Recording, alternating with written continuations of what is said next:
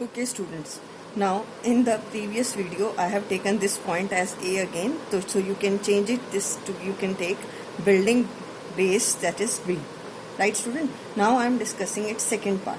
A part we have discussed how high the ball will rise. In B part, how long will it be before the ball hits the ground, means कितना time लगा ball को कहाँ पहुँचने में to hit the ground. देखो अब अगर हम कहें कि ये चॉक पीस है, इसको हम ऊपर ड्रॉप करते हैं, अगर ये ऊपर जाता है कुछ हाइट तक जाता है फिर वो वापस नीचे आ जाता है, तो जितनी हाइट तक गया वो मैक्सिमम हाइट है. यह कॉन्सेप्ट तक क्लियर हो गया. यहाँ वेलोसिटी क्या होगी, 0. How long will it be before the ball hits the ground, तो उसको कितना टाइम लगा बॉल को कहाँ हिट करने में, ग्राउंड तक, बिल्डिंग के बेस तक. यानी वो O to A गया, फिर A to कहाँ आया, B आया. So the time taken in second part, the time taken is, total time taken to move from O to A, कहाँ से कहाँ, O to A, और फिर कहाँ, time taken to move from A to B, right student. अब now I will calculate time taken to move from O to A. You have initial velocity, you have final velocity, तो time निकाल सकते हैं. Motion from O to A, I will use V is equal to U plus A into T. What is final velocity? 0. Initial velocity is -20. It is -20. और acceleration कहाँ act कर रहा है, downward direction में. It is 10. This is the time taken to move from O to A. This is 20 is equal to 10 into time taken to move from O to A.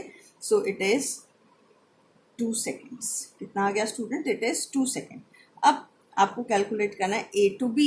अब student see, A to B the motion of the ball is और the object is in which direction, downward direction. और downward direction में हमारे सारे parameters कैसे हैं, positive.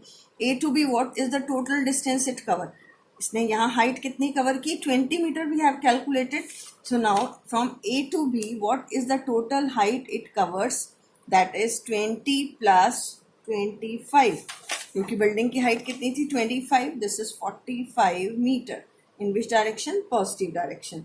Now what is the acceleration, plus g, and what is the, this is plus 10 meter per second square. and what is the initial velocity, 0 meter per second. because हम motion कहाँ से कहाँ start consider करें, A to B, तो A point पे velocity उसकी कितनी है, 0, हाईएस्ट पॉइंट पे. तो अब A to B, V जो है आपकी इनिशियल वेलोसिटी बन जाएगी. So now I will use S equal to UT plus half AT square. Right student, we want to calculate the time. total height is 45, U is 0, half of 10 into time taken to move from A to B square, this is 5, and this is 9 time taken to move from A to B square, right? So T becomes 3 seconds. Clear? Now what is the total time? Total time is time taken to move from O to A plus time taken to move from A to B. 2 plus 3, it is 5 seconds. This is the answer.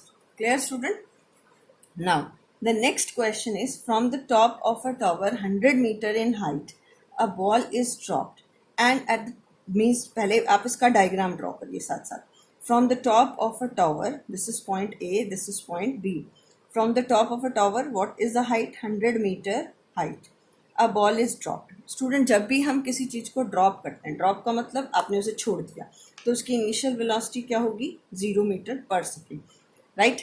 At the same time, another ball is projected vertically upward from the ground with the velocity of 25 meter per second.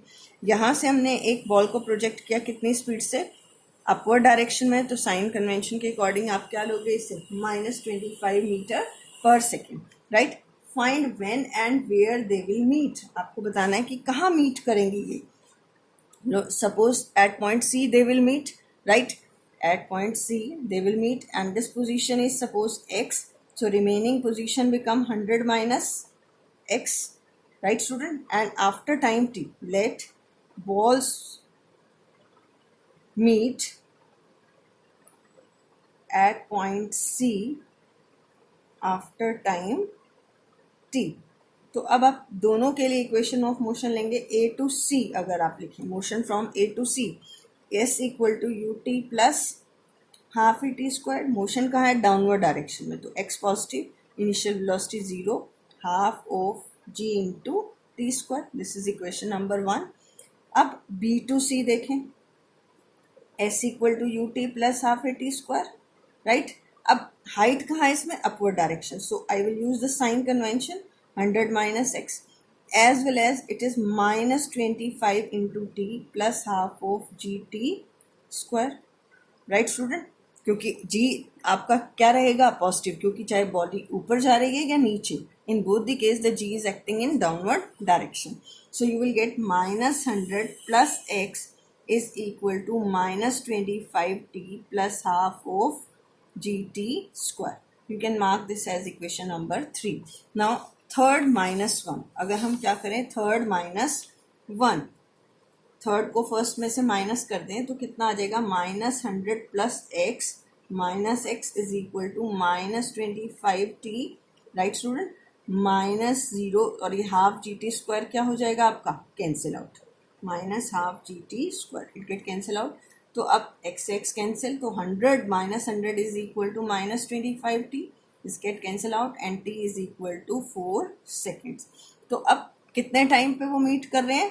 3 second, तो 4 seconds पे. और positions कैसे निकालेंगे? कौन सी position पे? When निकाल लिया, where half of g is 9 point half of g t square, इसमें पुट करें फर्स्ट में हाफ जी कितना है? 9.8 और t कितना है? 4 स्क्वायर. So it is 9.8 into 16 divided by 2. This is 64. This is 8 8 is 64. 6 8 9 the 72, and this is 78.4 meter from the top of this point A. Is it clear, student?